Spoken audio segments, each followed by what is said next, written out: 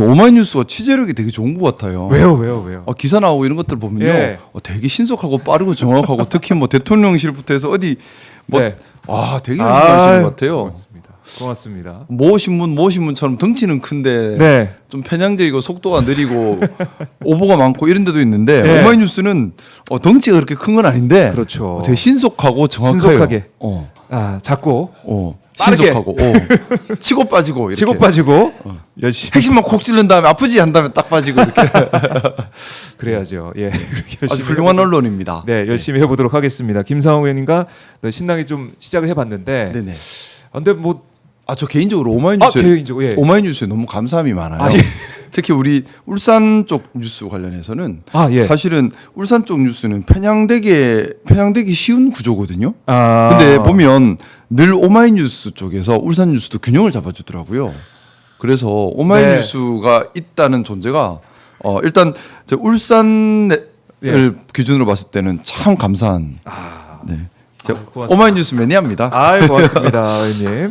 저희 시청자분들도 김상호 의원님 계속 응원하고 계시고 감사합니다. 네, 파이팅 이렇게 외치고 계신데, 자 일단은 의원님 지금 보니까 3대 특검 종합 대응 특위 합류하셨더라고요.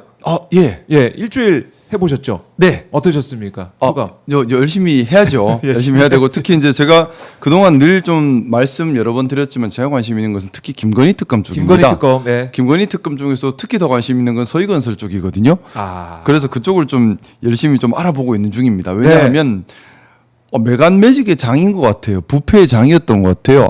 특히 먹는 부패 말고 우리가 부패하면 먹는 것부터 생각하시는데 그 말고 이게 좀 안 좋은 의미의 그런 뭐 조창기도회가 완전 무슨 시장 장터처럼 돼서 뭐 물건 흥정하듯이 관직을 흥정하는 장이었다라는 취지의 제보들도 많고 해서 이런 제가 늘 말씀드렸지만은 뿌리를 발본색원하는 것이 필요한데 맞아요. 그래서 그런 부분들을 좀 탐구해보고자 제보를 많이 주십시오. 제보가 필요합니다. 저희 의원실로 언제든 관련된 제보를 넣어주시면 열심히 부패 척결에 앞장서겠습니다. 척결, 매간 매직을 뿌리 뽑을 수 있는. 예를 들어 그런 제보. 거죠. 뭐 돈 주고 승진하고 이런 거, 돈 주고 무슨 자리 받아가고 뭐 이런 무기. 아니요. 세월이 어느 세월인데. 그러니까 많이 올랐어요. 그죠. 그래서는 안 돼요. 그래서 그런 것들 보이신 대로 제보를 주십시오. 네, 금거북이 보신 분. 또 뭐 금송아지 보신 분들 제보를 좀 부탁드리겠습니다. 뭐 에르메스 넥타이 이런 것도 비싼 넥타이. 에르메스 넥타이 한 10개 하면 그것도 그렇네. 그것도 커요. 그것도 이제 돈이 꽤 되네요. 난 쿠팡에서 넥타이 로켓 배송으로 받고 계십니다. 제 넥타이는 다 쿠팡산이에요. 네.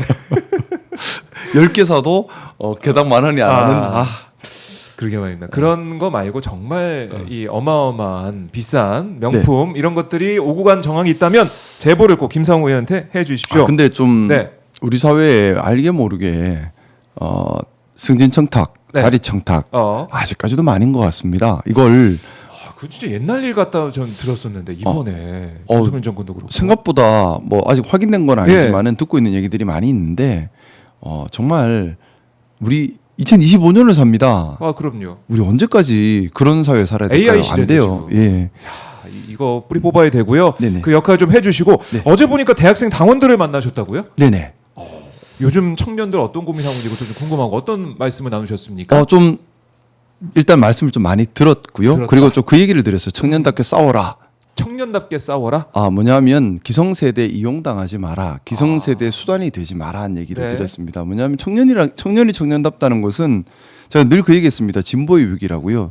시대 정신을 고민해서 기존에 있던 질서와 기존에 있던 생각에 도전하는 진보적 정신이 많이 약해졌거든요. 이게 우리 사회의 위기가 되는 겁니다. 저는 보수주의자예요. 하지만 우리 청년들은 진보적으로 도전해야 한다고 생각합니다. 그래서 청년들에게 기존의 질서에 순응하지 말고 뭐가 문제인지 앞으로 20년 뒤에 어떤 세상이 될지에 대한 고민을 가지고 적극적으로 도전을 해라 라는 취지의 얘기를 많이 했고 아울러서 지금 우리나라가 점점 고령화되고 있지 않습니까? 고령화되면 사회는 변화를 거부하는 보수화되기 쉽습니다. 영국의 브렉시트가 그래서 발생한 거거든요.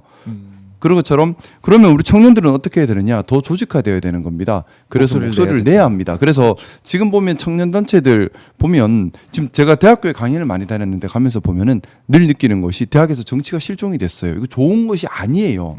예전에는 대학 가면 정치 현수막 그거 많았습니다. 이제는 아예 없어요. 그렇죠. 더 대학에서 취업 준비하고 막 바쁘죠. 사는 게 바쁘다 보니까. 예. 근데 잘 생각해 보면요. 시대 정신에 대한 고민과 창조적 도전에 미래에 대한 기회도 같이 있는 겁니다. 우리가 유선 전화기에 불편함을 느끼고 이게 맞아라는 시대적 정신에 대한 고민이 있어서 핸드폰이 나온 거잖아요. 네. 그리고 가솔린 자동차 이걸로 돼 하다가 전기 자동차가 나온 거잖아요. 그렇죠. 이런 고민을 통한 도전과 혁신이 미래의 먹거리가 되는 것이고 또 사회의 발전이 되는 겁니다. 더 본질적으로는 2차 산업혁명 이후에 자본주의가 등장하고 공산주의가 등장했지 않습니까? 네. 2차 산업혁명보다 더 본질적인 혁명이 AI 혁명입니다. 그러면 사회 체계나 이런 것들도 본질적으로 바뀔 수가 있거든요. 네. 사회, 과학 모든 분야에서 혁신이 필요한데 그 혁신의 에너지는 우리 젊은이들에게 있다고 맞아요. 생각합니다. 우리나라는 사람으로 먹고 사는 나라입니다. 젊은이 청년들의 혁신 에너지가 사라져 버리면 우리의 미래는 없습니다. 그런데 기성세대가 청년들이 실패해도 돼 괜찮아 도전해봐 이렇게 독려를 해줘야 하는데 보면 기성세대가 그런 청년들의 창조적 도전의 길을 막고 실패했을 때 다시 일어날 수 있는 길도 만들어 놓지 않고 도리어 청년들을 도구와 수단으로 쓰고 있는 경우가 많습니다. 우리 정치도 마찬가지입니다. 각 지역위원회는 여러 정당의 청년 조직이 있는데 보면 인력동원 수단, 짐꾼 수단 이렇게 쓰고 있거든요. 그러면 안 됩니다. 그래서 제가 청년 조직한테 얘기합니다. 뭐라고 네. 얘기하냐? 네. 당 조직에 맞서라. 아. 목소리를 내라. 자네들의 목소리를 내라. 예. 시키는 대로 하지 말고 너희의 생각을 얘기해라. 그래서 부딪혀라. 같이 그 길에 같이 있겠다. 욕하면 같이 욕 먹고 네. 싸울 때 같이 싸울 테니까 하고 싶은 생각 하고 싶은 거 해봐라. 네. 마음껏 해봐라. 뒷책임은 우리 기성세대가 지겠다라는 얘기를 많이 나눴고 그렇게 나가겠습니다. 힘을 북돋아주고 그런 용기를 노력들이 주고. 쌓이면 청년의 좋습니다. 구구화도 해결되지 않겠나 생각합니다. 네. 에너지가 젊음의 에너지가 제대로 창조적으로 진보적 혁신에 표출되지를 못하기 때문에 왜곡되고 있는 거거든요. 그러니까요. 어떻게 보면 극우 쪽의 목소리가 더 이제 청년들 사이에서 나오는 게 아니냐는 우려가 나올 정도로. 맞습니다. 근데 구구 청년들도 만나보면 예. 나라 걱정하는 건 똑같아요. 근데 방향성이 잘못됐지. 근데 그 방향성을 바로 잡아줘야 되는데 예. 그 방향성이 청년답게 진보적 에너지로 나가야 한다는 겁니다. 저는 20대 청년들이 보수다 반대예요. 보수는 사회 가치를 지키는 거, 안정을 지키고 틀을 지키는 겁니다. 그거는 40대, 50대 기성세대들이 탄탄하게 사회를 지켜줘야 될 것이고 20대 청년들은 부딪혀야지. 시대 정신을 예. 계속 고민해야 돼요. 이 시대는 뭘 해야 되는가, 뭘 바꿔야 하는가, 나는 어떤 창조적 도전을 할 것인가, 그러게요. 부딪혀보자. 이게 청년이지 않습니까? 네. 청년 문화가 죽어버리면, 젊음의 혁신이 죽어버리면 나라의 발전이 없습니다. 그러니까 중요한 겁니다. 그러니까 특히 이제 윤석열 정권 때 얼마나 사회가 경직이 되고 보수화가 극우화가 됐습니까? 이제 그게 벗어나서 이재명 정부, 국민주권 정부는 또 다르지 않습니까? 맞습니다. AI 얘기를 계속 강조하고 있고 사회가 정말 달라졌다는 느낌도 들고 있는데 청년의 이럴 뜨거운 때 심장이 뛰었으면 좋겠습니다. 아, 뜨거워요. 팔딱팔딱. 네. 그래서 막 우리 오마이뉴스의 신입 기자가 이제 네. 우리 박종 기자님한테 기자님, 선배님 이건 아니지 않습니까? 이렇게 할 수 있는 세상이 됐으면 좋겠습니다. 그러면서 예. 제 생각은 이렇습니다라고 당당하게 얘기할 수 있었으면 좋겠고요. 맞아요. 그래서 이렇게 한번 해보지요라는 얘기를 하고 해봐라. 네. 사고 치면 책임은 내가 질게. 네. 이게 선배다운 거 아닌가요? 제가 한번 그렇게 해보겠습니다. 좀 그런 세상이 사고 쳐. 되었으면 좋겠습니다. 내가 책임질게. 알겠습니다. 청년 정신이 살아나는 건 대한민국 또 조직이 필요하고 우리가 많이 바라고 있다라는 말씀 드리는데 네. 예, 청년들 계속 만나주고 계시고 계속 그 얘기를 만날 계속 겁니다. 해주세요. 예, 해주시고요. 계속해서 많이 만나는 게 제 의무라고 생각하고 네, 있습니다. 좋습니다. 뭐 의원님은 딱 보면은 그 청년 느낌이 들어요. 여전히. 감사합니다. 예, 그래서 마음은 10대예요. 마음은 10대. 철이 좀 덜 들었습니다.